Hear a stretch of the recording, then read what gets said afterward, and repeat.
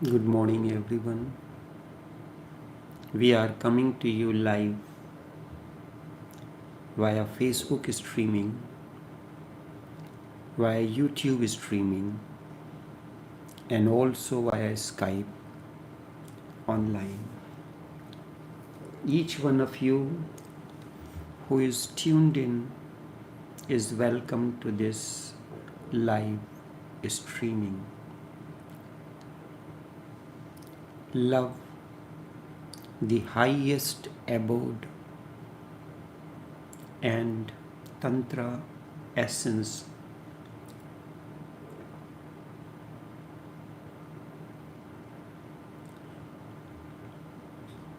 How love can be abode. Love is a state of inner harmony. Love is not what you know it to be. It is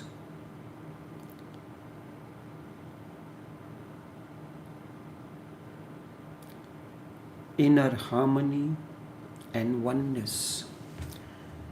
So when someone lives with inner harmony and oneness, love becomes the abode.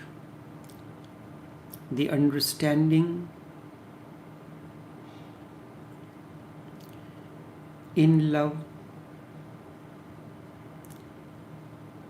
love is the highest plane.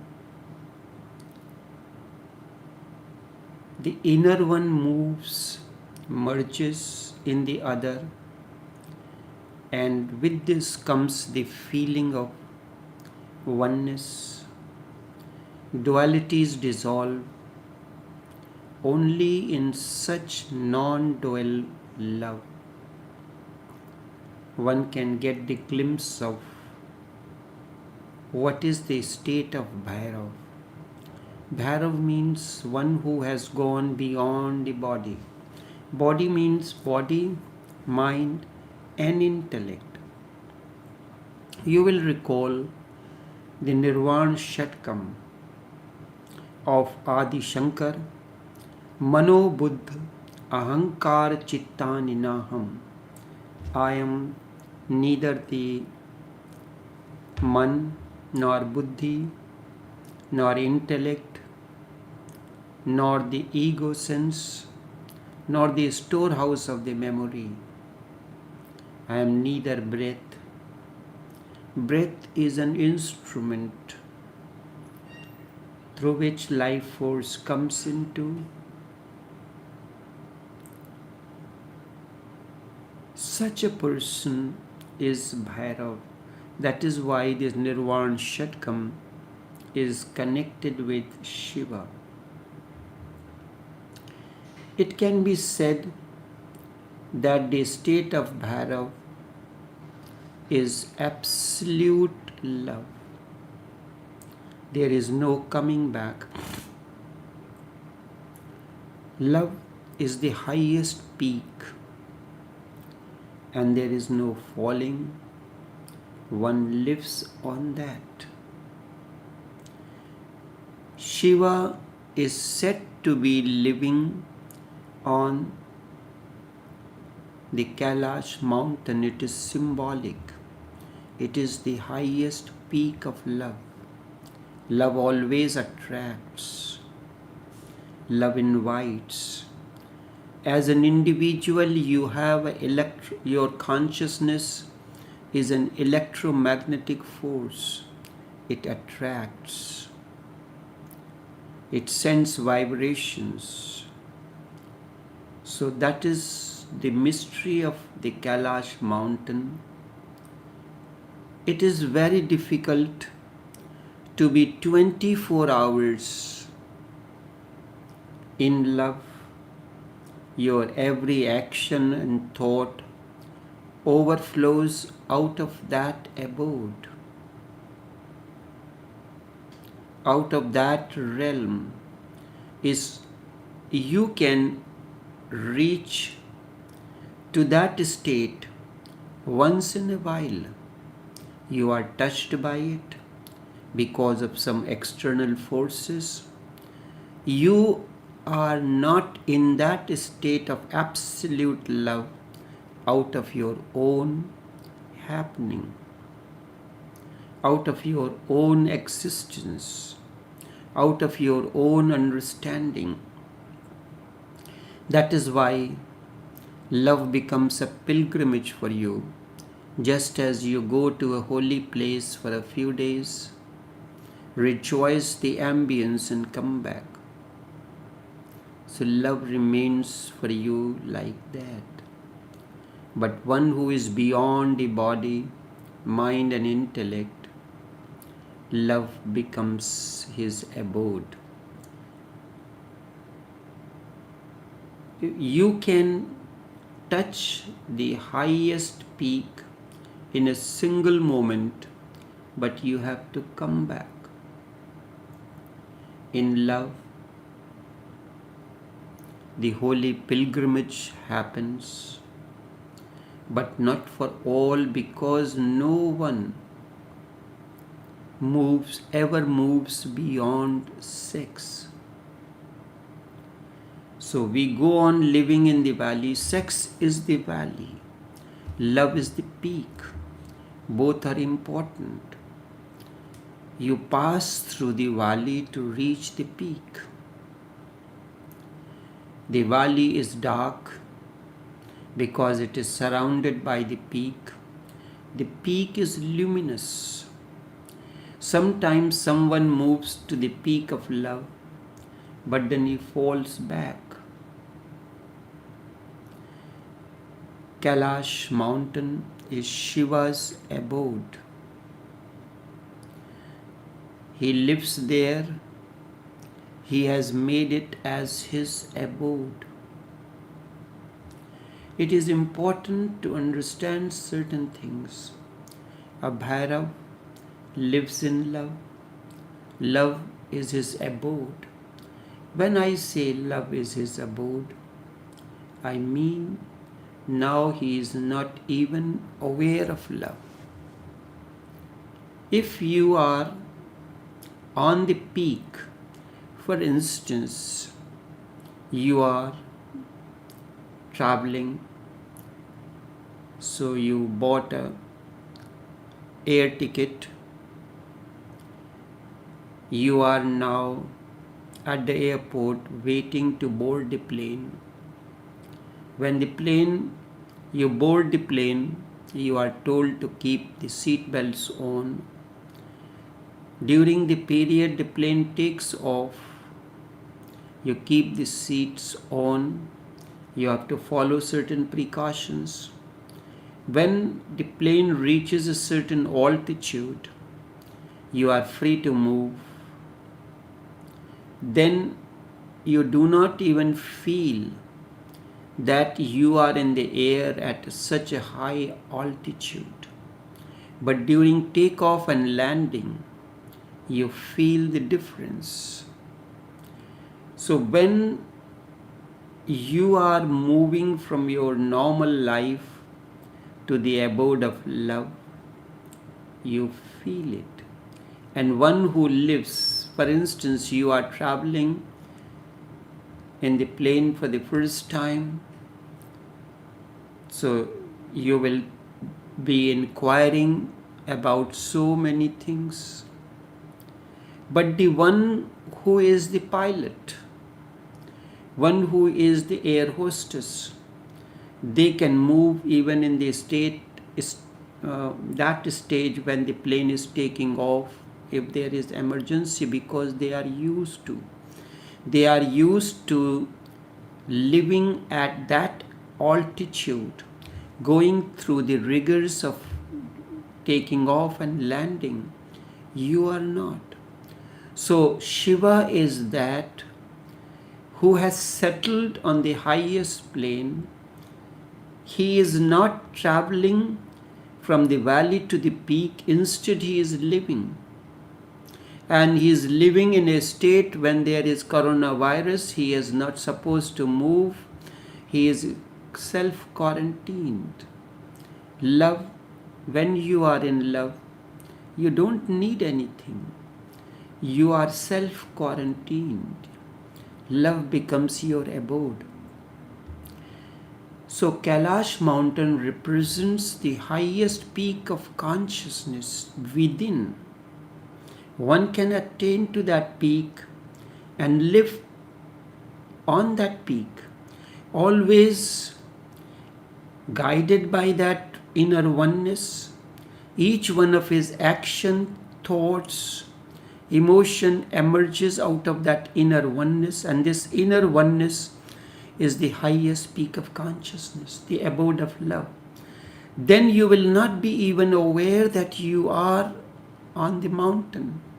Just as the air hostess and pilot they are doing a job.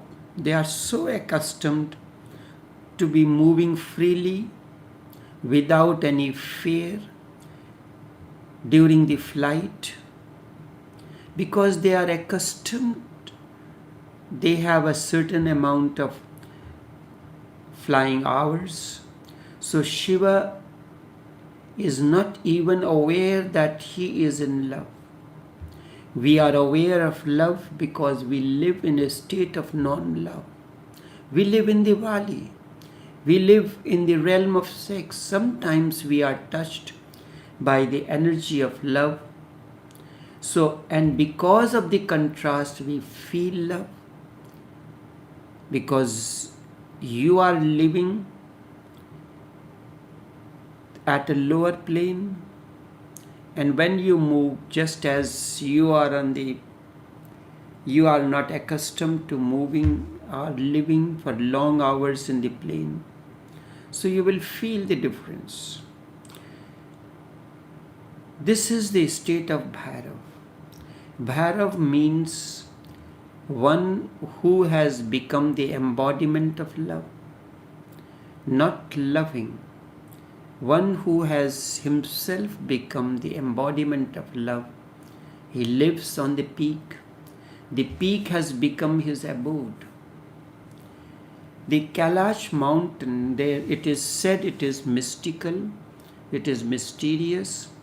No one has climbed over it except a Tibetan Buddhist monk, Naropa. Buddha lives at that plane. It is both receptor and distributor of spiritual energy. Tremendous energy field surrounds it. It attracts. Just as an individual who is very pure and sublime, he carries an electromagnetic force. You are attracted to him. It becomes such a magnetic force that you are irresistible. It pulls you towards him. Kailash mountain is considered mysterious. None can understand its mystical essence. And then many stories goes on. Although the Kailash mountain is much lower than the Everest mountain, yet people have climbed the Everest mountain but not Kailash mountain. The height is not important. Everest is an ordinary peak. Kailash mountain is the highest peak of love. How can you be in love 24 hours? How can your each and every action is guided by love as an understanding?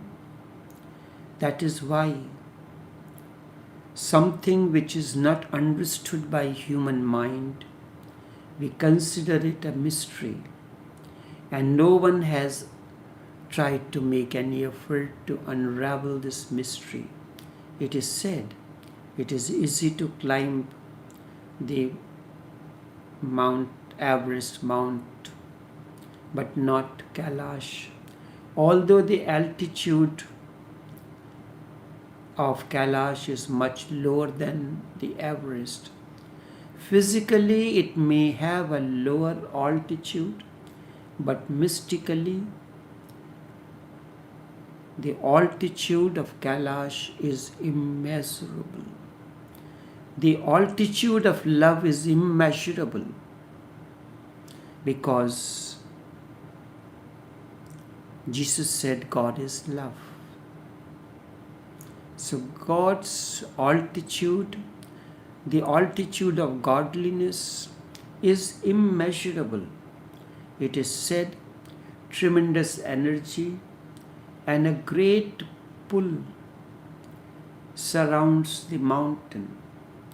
Symbolically, Kailash mountain represents the peak of consciousness. Your consciousness is electromagnetic field. Just as the gravitational pull, you are pulled. So it pulls you. Kailash mountain is both receptor and distributor of spiritual energy. It is the abode of Shiva, who is beyond both male and female.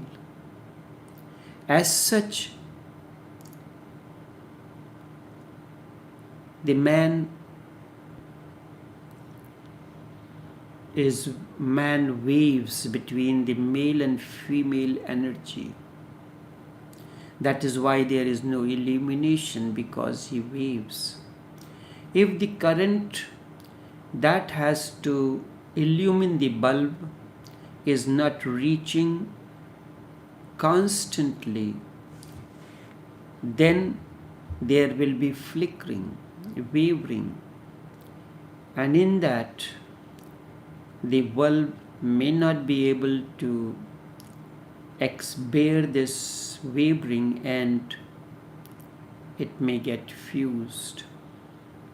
That is the state of man. The male and female energies are flickering, wavering. They are not steady. As a result, you are like a fused bulb which cannot give illumination.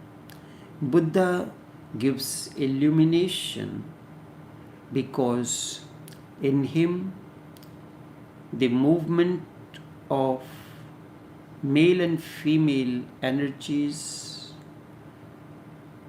the masculine and feminine, is steady.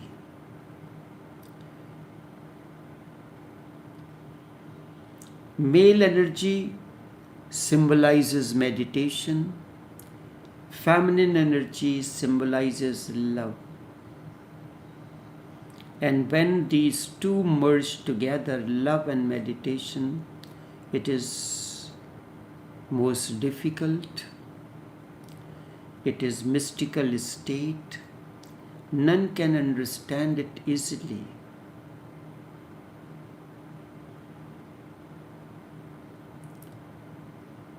This state symbolizes luminosity. When you are meditative and at the same time you are loving. One can be loving but not meditative. But when the two,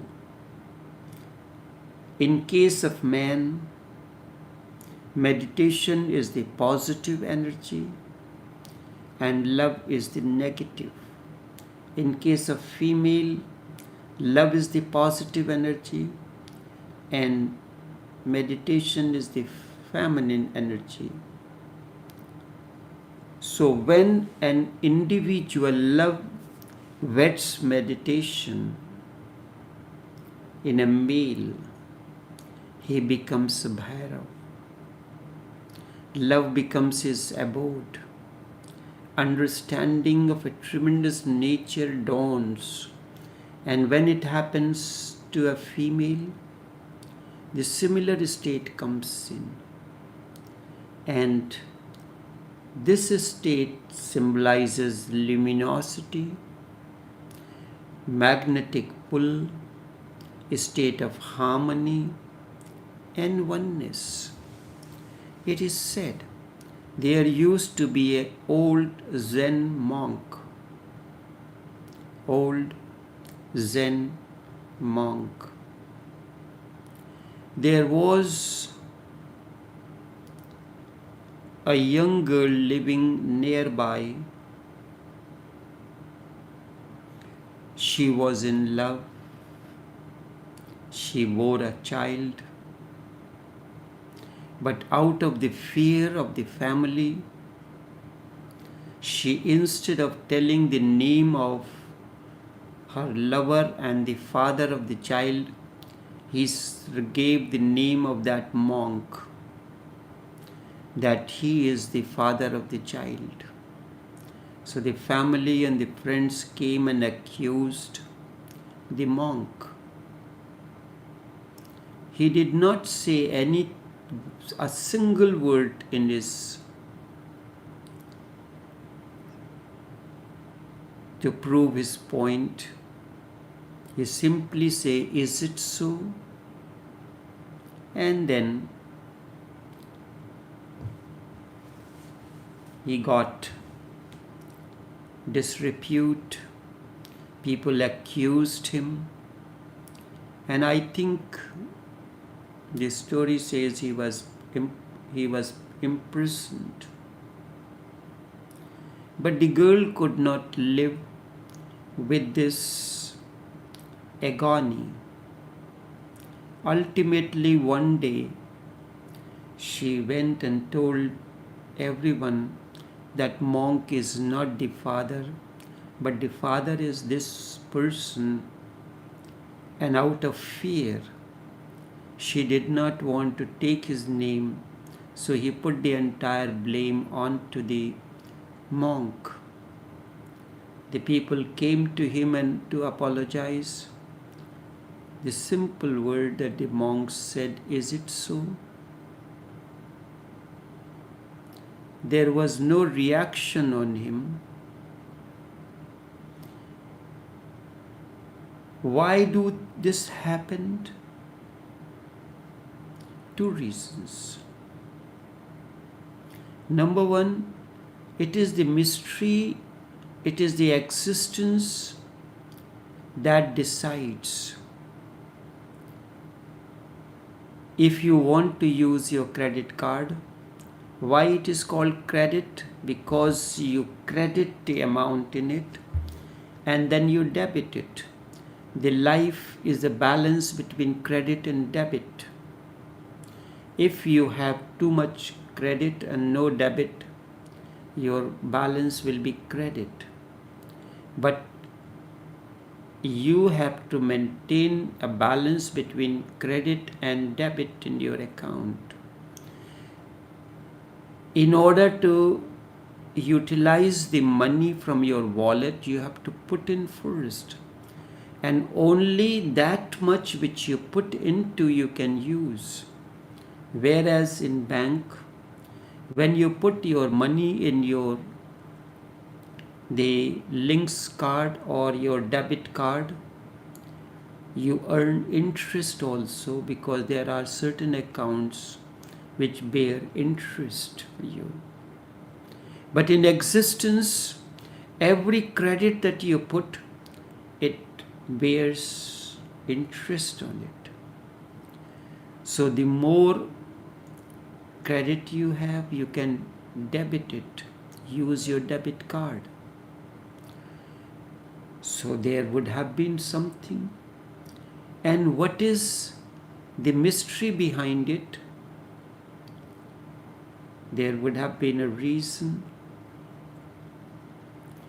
that is why I said, whatever you have to do it in this moment, do it totally. You are eating food with a cup of tea. All of a sudden, someone comes at the door. You leave the food and your tea and rush to talk to the person. When you return, the tea has become cold. The tea that could have not taken much time for you to finish, maybe a minute, but you could not wait for that minute. Now, either you discard it or you have to vomit. The food, someone would have covered it for you. So, whatsoever we do, we never do totally. We just jump out and jump into something else. Anything you leave incomplete, you have to come and finish it. You start a relationship, when problem begins to come, instead of understanding it, you prefer to jump out of it. Such a person never gains momentum in life. So, because of that, maybe his understanding is so tremendous. He did not believe,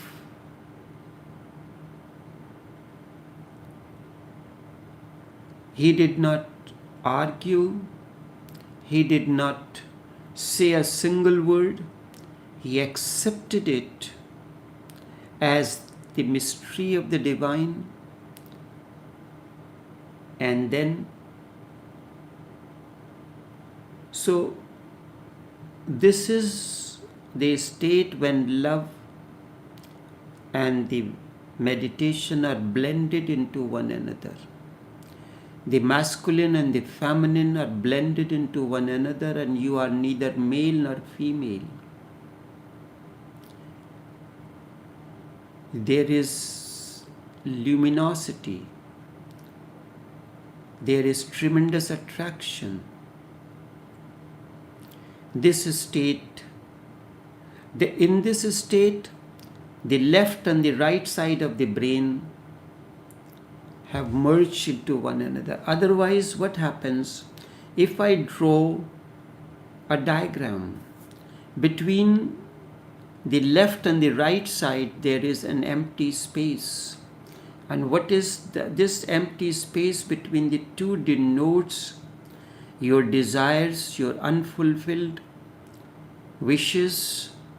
Because of that, the energy does not flow from there. There is a gap between the left side and the right side.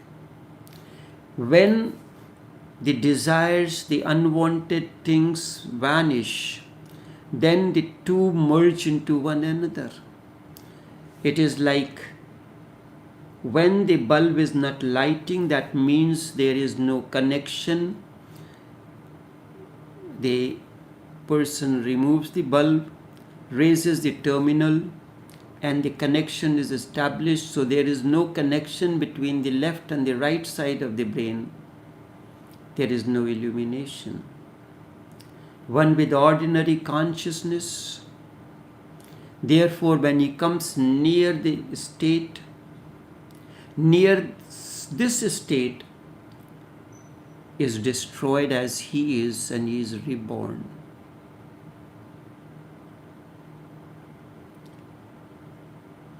That is why Shiva is denoted as Ardhanarishwar.